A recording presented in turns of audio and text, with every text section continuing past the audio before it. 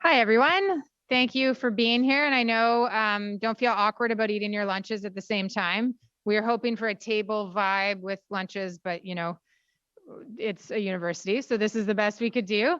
But thank you so much for joining us for this lunchtime moment. I'm not going to say anything other than to introduce Felicia Jazandi, who a couple of years ago, Plan Canada has this amazing program called Girls Belong Here. Girls Belong Here. And yeah, Plan Canada cheering over there, which provides the opportunity for up and coming young leaders to share a seat with a CEO. So Felicia was my seat share, but it was during the pandemic and we're a virtual organization. And so I didn't really get to go anywhere or take her or share a stage with her. And so she is going to take over for me for the next little bit.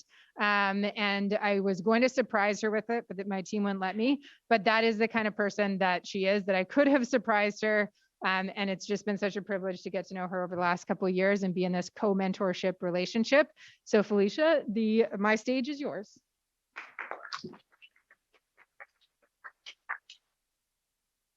Well, thank you, everyone. And thank you, Julia, for maintaining this relationship with me post-pandemic, and also the Equal Futures Network for hosting me and alongside 24 other bursary youth recipients. So this is something amazing.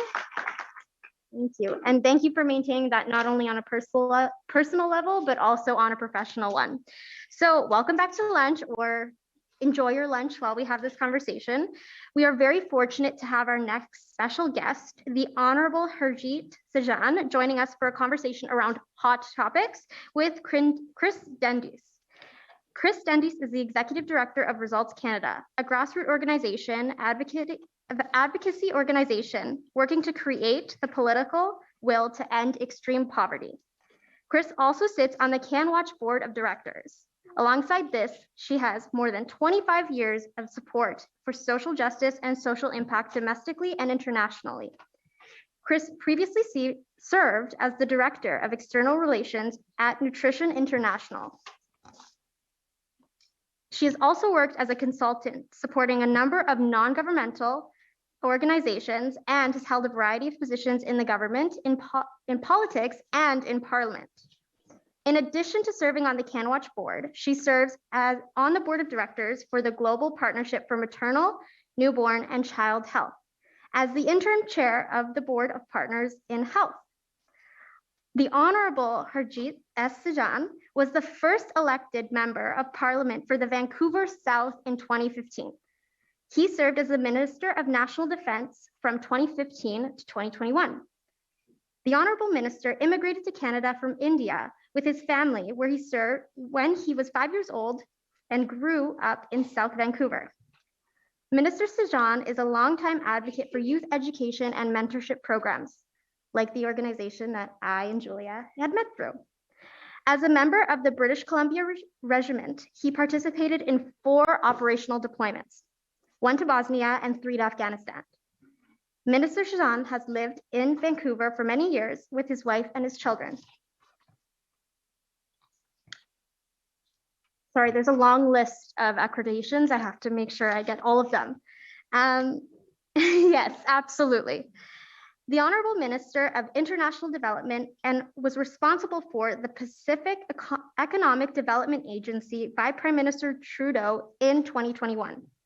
I know that you are really going to enjoy this engaging conversation where Chris and Minister Sajjan cover hot topics relevant to feminist policy and health. Welcome, Chris Dendis and Minister Sajjan.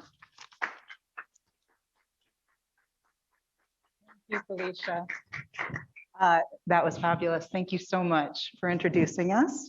I was saying to the minister with those long lists, it just makes you feel old at this point, not necessarily accomplished. But so Minister Sajjan, I want to thank you for being here. For those of us who are committed to equality and social justice, those of us in the room, the world does feel like a storm of converging global crises right now. And as we know, these crises do not impact equally or fairly. Globally, we continue to be battling a pandemic that is having disproportionate impact on women and girls. Domestic and gender-based violence has increased.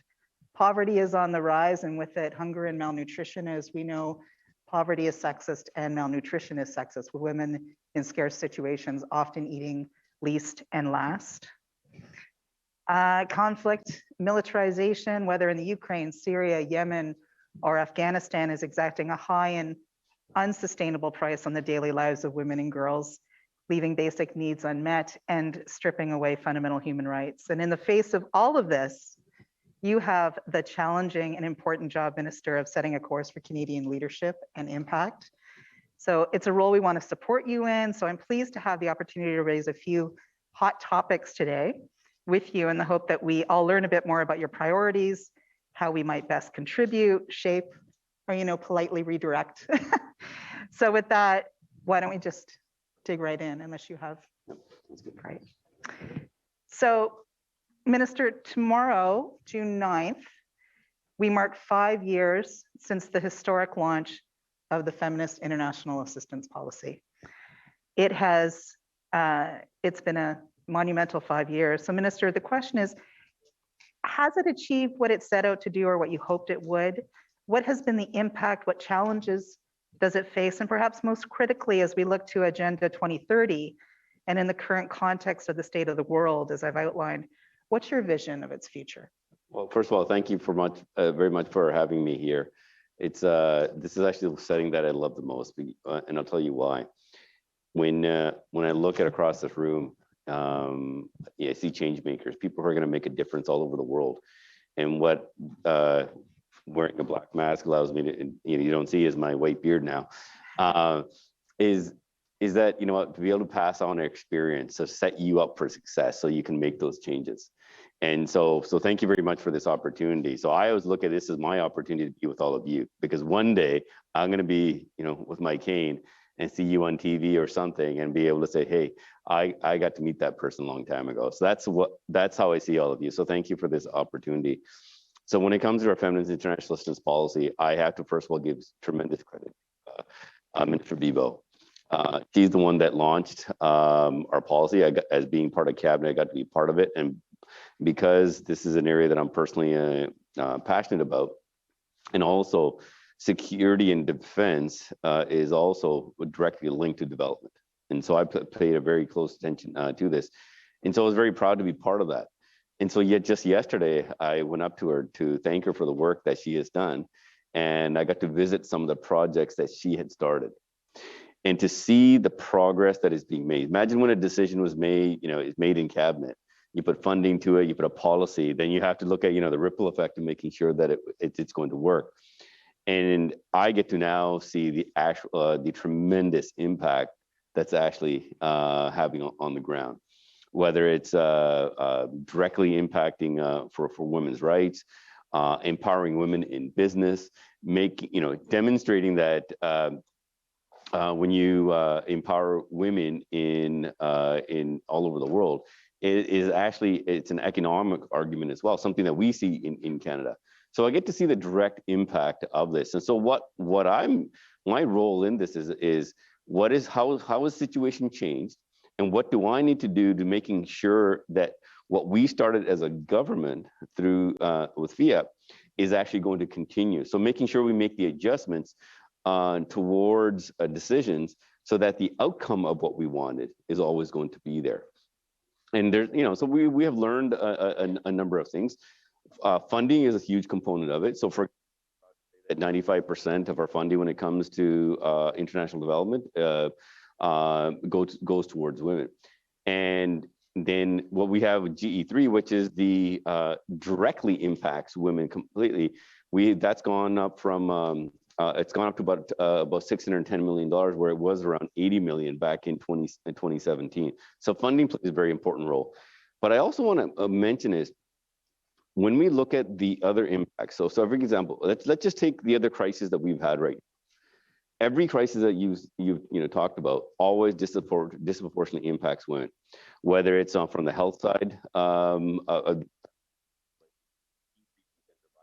happened not only in our country, but actually around the world as well, and talk about that a little bit afterward.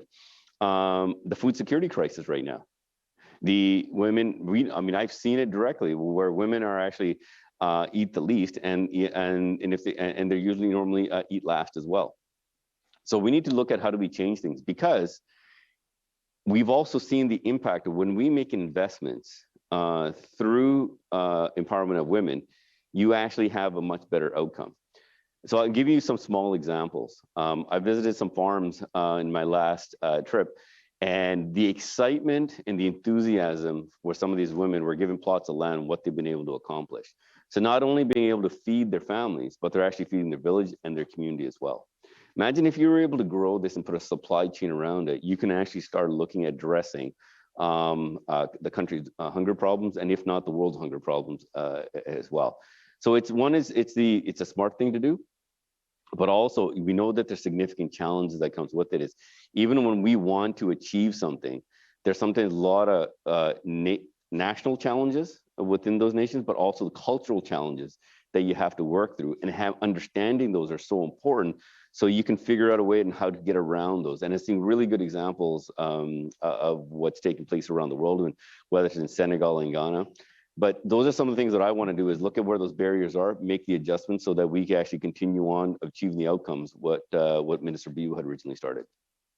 That's great. And I'm thrilled that you're talking about your trips and being able to see frontline heroes working to kind of make the real impact on the ground. So it's great that that's informing, that we can finally travel again, and that's informing your point of view and your perspective. But as you said, also in terms of the constantly changing world and the FIAP having been developed 5 years ago now, that there are new pressures, new constraints, new shifting tides. And of course, for many of us here, we're very well aware with the developments related to Roe versus Wade in the US. Mm-hmm.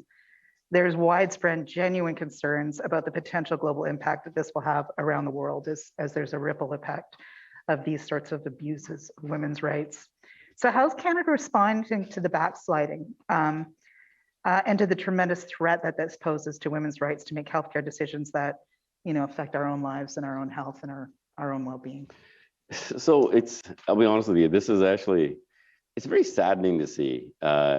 Is we think sometimes women's rights are in places where there's been a civil war or the nation still developing its democracy, to see where women's rights are being reduced in a democracy it's tragic, because in a democracy, it's human rights is absolutely essential. Everybody's human rights. For anybody to turn to a human being and saying you don't have certain rights is ridiculous. If a man, if you were to, if the saying goes is if men were to give babies, this wouldn't even been an issue, right? So this is something that we have to be very vocal. We can't just say, no, this is another nation's problem. We have to be very cognizant that just because it happened in a different country, that we in Canada be a very strong voice. We need to continually remind ourselves. We need to continually talk about the struggles that we in our own nations that we have, and making sure that we keep at the front and center. That's why it's very important that every leader, every organization keeps it strong and hold every politician to account when it comes to sexual reproductive rights. And when we set the example in our own countries, it allows us to have far greater credibility around the world. It's difficult for, and I'm going to be very blunt here, for the U.S. to go around when they have these type of issues. So when I get to travel, or Canadians get to travel, we're able to raise the issues, because this is something that's the rights of women that are sliding backwards is not just in the U.S. but in other countries as well. My personal thing is we all need to be extremely vocal. We need to look at all nations when it comes to women's rights, that they don't take a backslide. If a nation calls themselves a democracy, they need to be held to account for when it comes to human rights. So we need to be able to set the example as well. So one of the things that, going back to our feminist international assistance policy, one thing we've been able to do is set, this is the first of its kind, but how do you set the example for other nations? One, we've been able to show that this is a smart thing to do, not just the right thing to do. And now other nations are looking at creating their own policy. So when I was at the G7, Germany is looking at, they're in discussions with us, what's worked well for us. They're doing that. Other G7 nations are also looking at bringing in this policy. So what we want to do is How do we have other nations put this into their own government policies?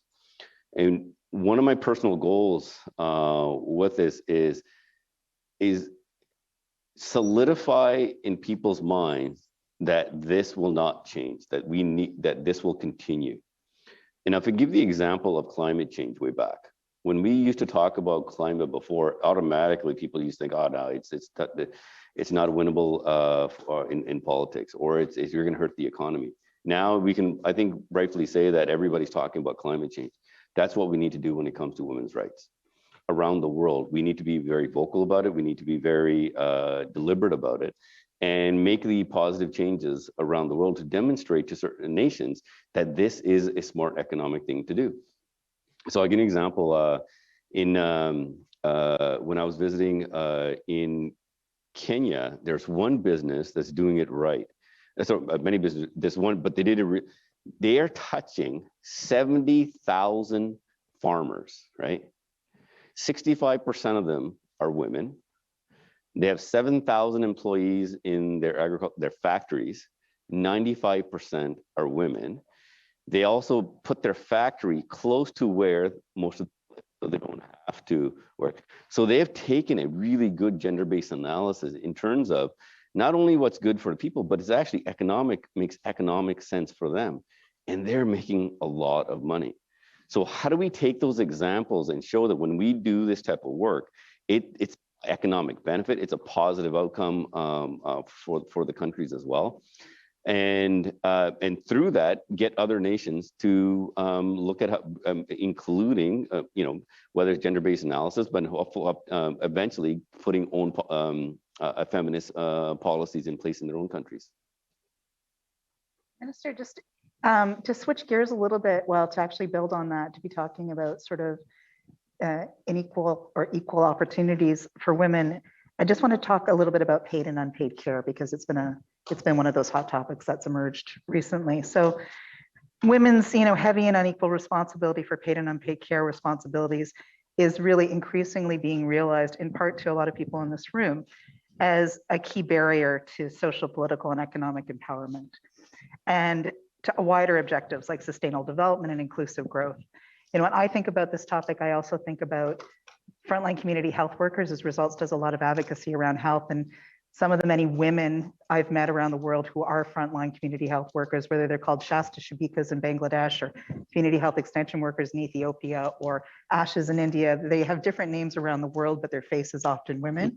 And too often they are unpaid, untrained, unrecognized, and unsupported. And so it's just another example of how women's care economy, care valued work is undermined. So the COVID-19 pandemic has not only pulled this lived reality into sharper focus, but we know that even in normal times, as I said, the lion's share of work to maintain the health and well-being of children, the sick, and the elderly is unpaid and done by women. Is Canada contributing to building a human economy?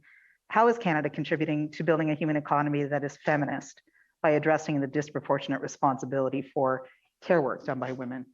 Well, in Canada, I think everybody, or should know, hopefully they'll know, but the $10 daycare that we're instituting in every province and territory has now signed on. So, we're recognizing in our own country what we need to do, but we've also allocated $100 million for the international development portfolio for paid and uncare leave internationally as well. And we're looking at different mechanisms, how we're going to do this.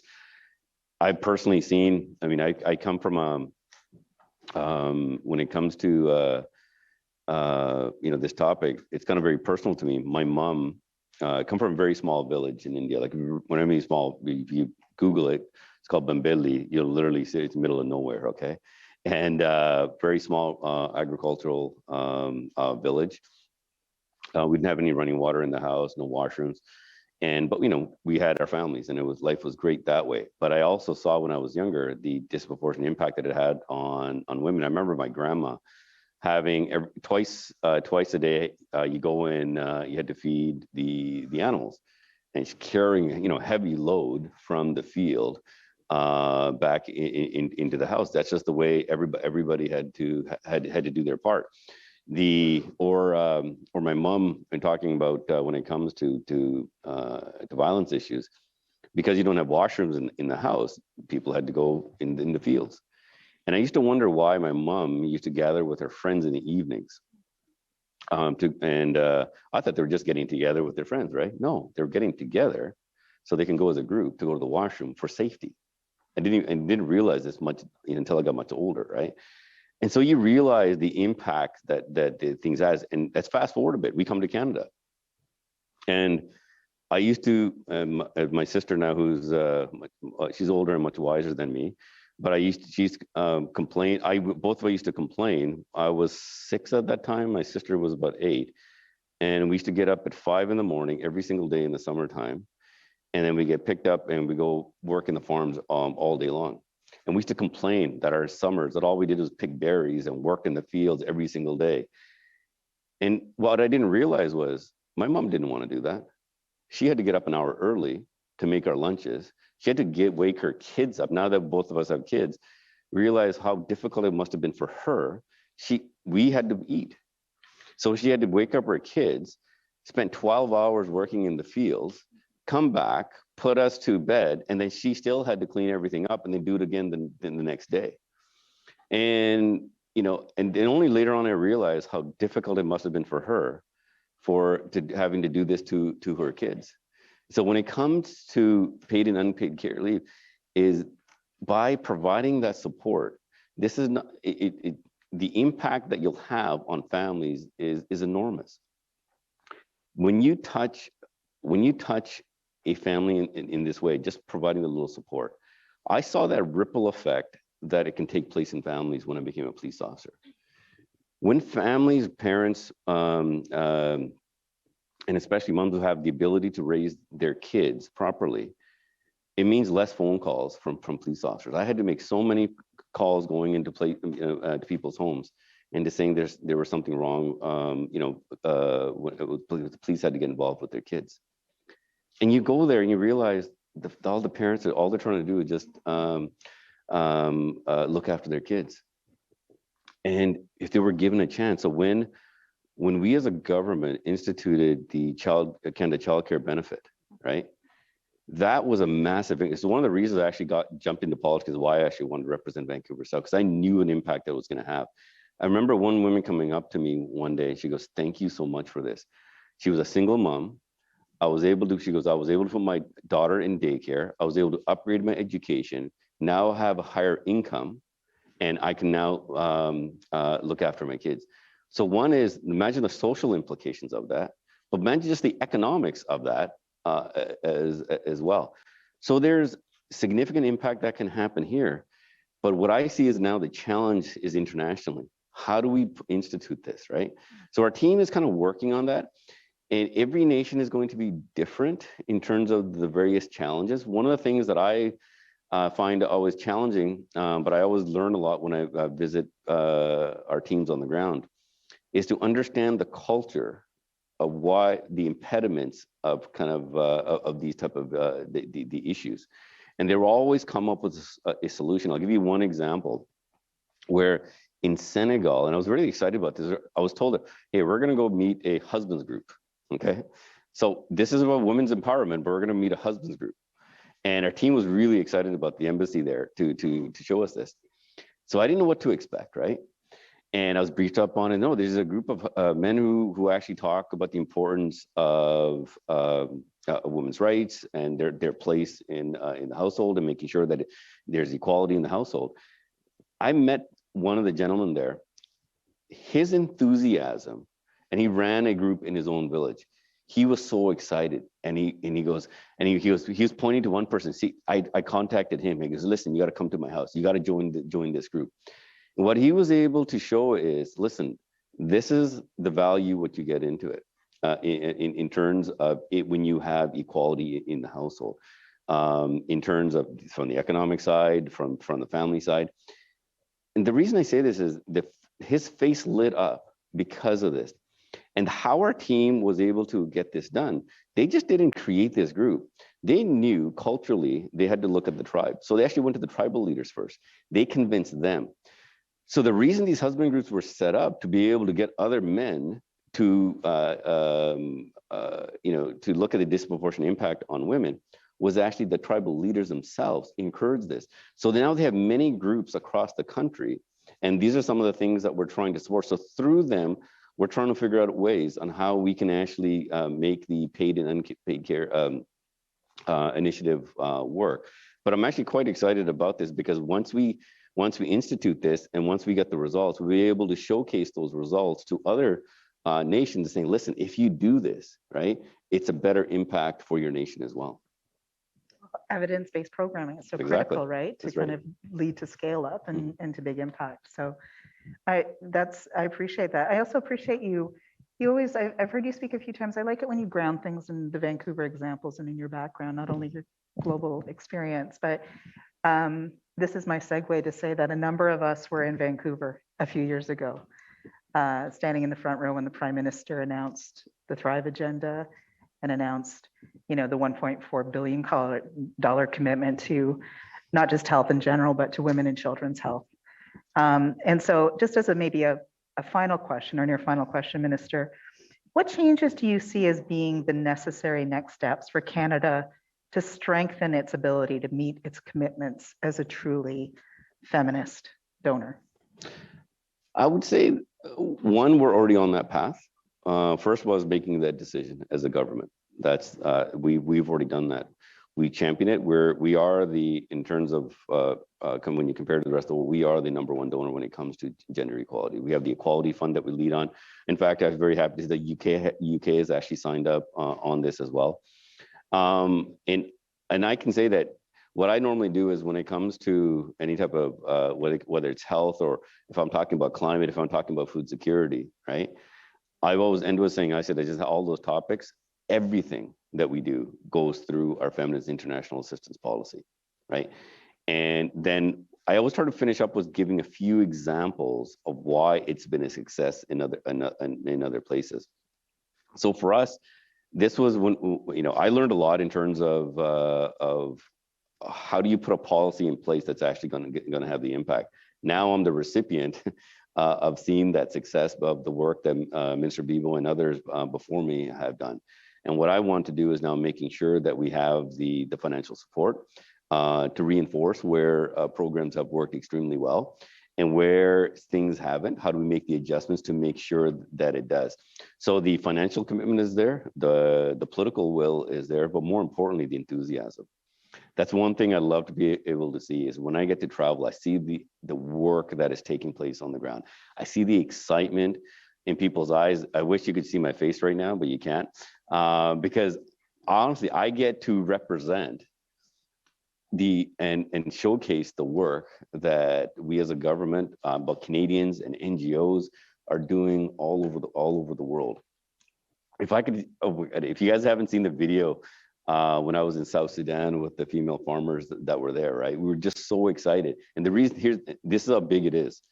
In South Sudan, I get excited about the project that we have there, but it's a microcosm. Mm-hmm. We have a food security problem all over the world. Mm-hmm. South Sudan, you literally, I was told, if you eat a watermelon, you drop your seeds in the ground, it's going to start growing. Okay, they got agricultural land everywhere.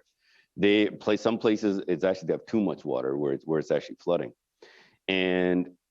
but it's a country where there is such significant gender-based violence, right? Mm-hmm. Civil war. Everybody's focused on it.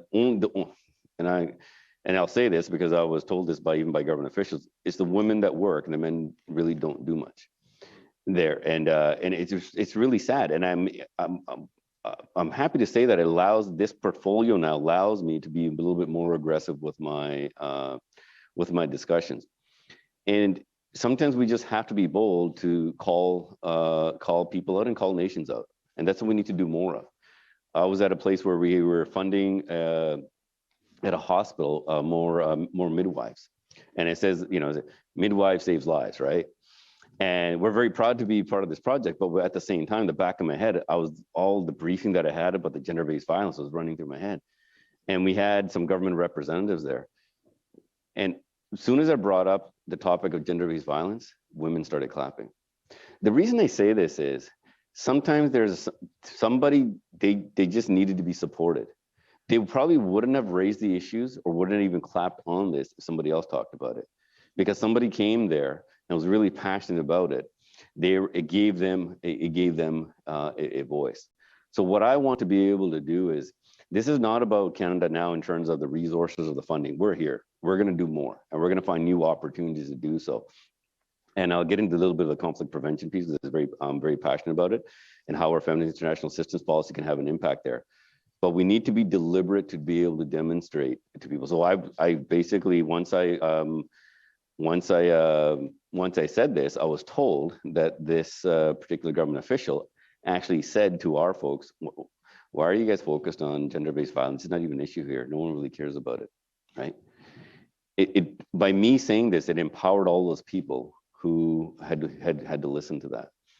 And the vice president of that country, so they have a president, the first vice president, and then they have a vice president.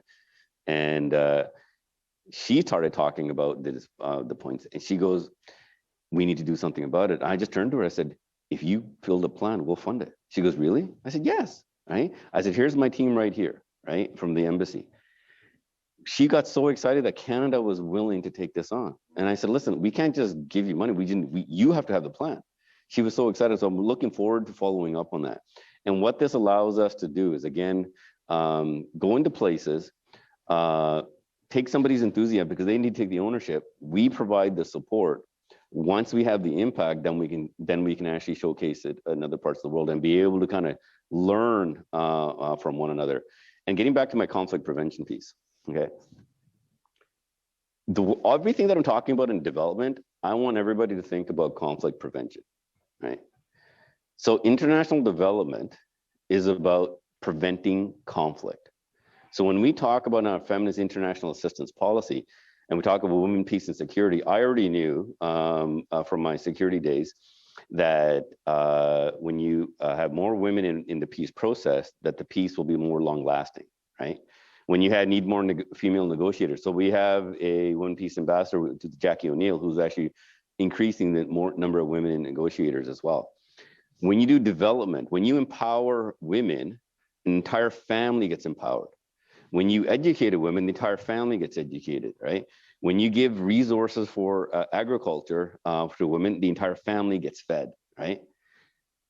What we're really talking about is just opportunities. When children and families have opportunity, it is difficult for radical organizations to come and recruit them, right? And that's just something that I've always been seeing. Radical organizations exploit where there's grievances, where a government has not come in to be able to provide that support. And unfortunately, and I need your support on this, when we look at development, we look at, oh, it's a nice thing to do, you know, as Canadians, we want to be able to help and stuff, right? Or even when we talk about feminist justice policy, people don't see the actual significant impact on it. We need to change that narrative.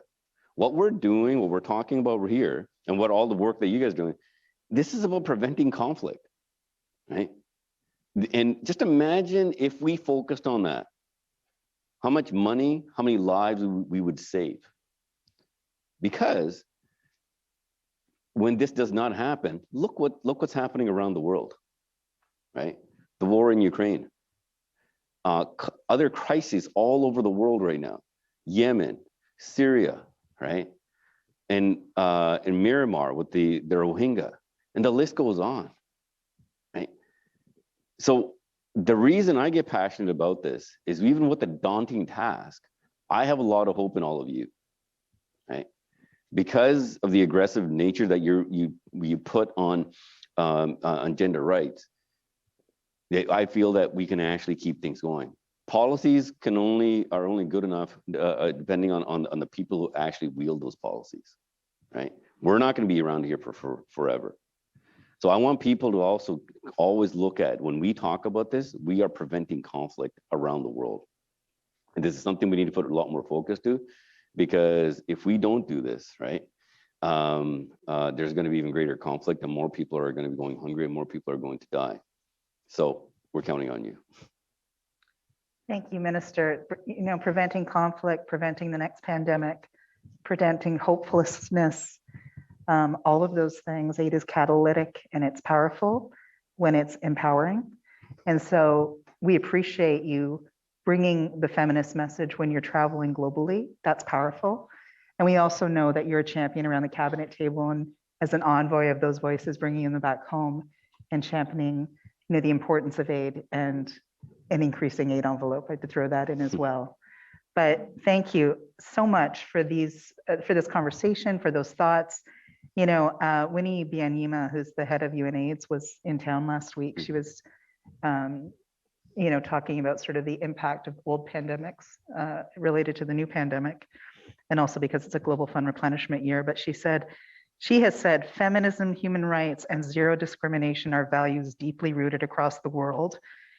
They express our humanity, our recognition that I am because you are. And the theme of this conference, collaboration, collective action, community. I think you've added to the conversation on that, and you've added to our sense of sort of hope and what's possible. And we want to be along the ride with you to kind of make things better and to, again, champion hope and solutions. So thank you, Minister, for being here. Can I just say one more thing? Sure. Sorry, before we end this, I like to also end with my sister, because during my travels, I really resonated with me when I travel around the world and we talked about our feminist international assistance policy.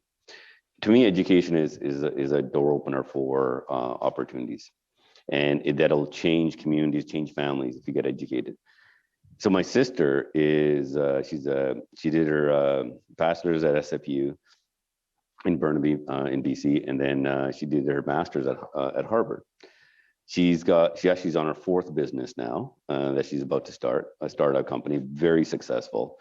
And so I talk about her in this way, right? And the reason I kind of explain this, I said, but she used to go to a school. Remember that small village I was talking to you about? She went to a school. She used to go to the school, and she used to sit underneath a tree. And there used to be kind of like a small little room off to the side. And by the way, when I share this story, I know it's a story that a shared story amongst probably all Canadians when they first arrived. But imagine if somebody was to see her at that time. Would they have seen that same potential in her? The answer is absolutely no, right? So when I look at the work that I do and the work that all of you do, it's about creating that opportunity, right? And in the empowerment. And so when I go around the world now and I look at the work that we do, that's what I see as opportunity. If we were able to give these children the opportunity, imagine what we can do, right? And when I go to refugee camps, oh my God, I see so much potential there. So I always like to visit the schools. And when my dad was visiting, my sister was my dad visiting her village, and so we all still learn, and I'm still learning as well.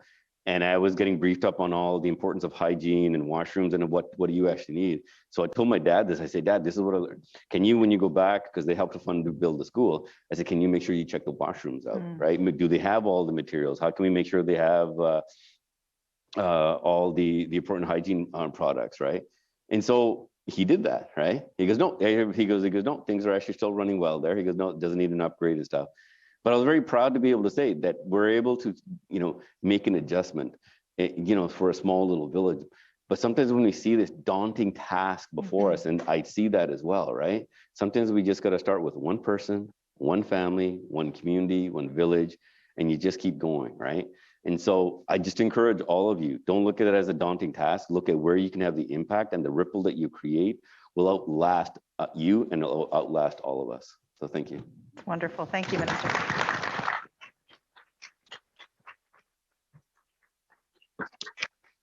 Thank you so much, Chris and Minister, for being here today. We wanted this conference to be about making the connections. And I really think the two of you have created some connective tissue between, I loved the childcare conversation and the domestic, that $10 a day childcare connecting into this investment that Canada has made globally, and that the how is not actually, we don't have the answers. This is not, some places we do have the answers. We know vaccines save lives. We know, some of the investments that you were talking about, Chris, with the Global Fund. We know these are things that work. Other questions, there's gray areas. There's exploration, innovation that needs to happen. And this, this conference, I think, has really demonstrated that right people at the right table to think through some of those big picture challenges and to take us forward. So thank you so much. I wanted to ask Felicia, this is what you have to do, try to sum up the brilliance that just took place. So any reflections from your end? I think something that really resonated with me, especially as a youth and kind of being amongst so many change makers, I think it's really important to look at the systematic change and international development really does for communities. So I really appreciate that really personal experience that you and your family had, and to kind of see that on an international level, but also on a social level, the way we kind of connect with individuals, I think is super, super important. And it really makes it really gives a lot of hope to, if I can engage in a feminist investment in my community, I can have that ripple effect. And obviously you're doing that on an international level. So I really appreciate the Yeah, completely agree that those last comments were super inspirational and a great way to launch us into our next panel. So I will allow you to leave the stage. Please.